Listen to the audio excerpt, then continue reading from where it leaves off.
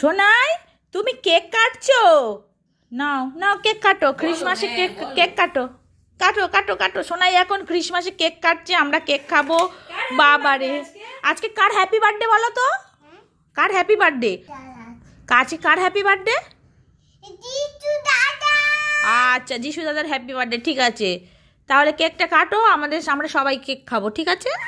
আচ্ছা ঠিক আছে। সোনাই সেন্টাসে যে কেক কাটছে, আমরা সবাই কেক খাবো।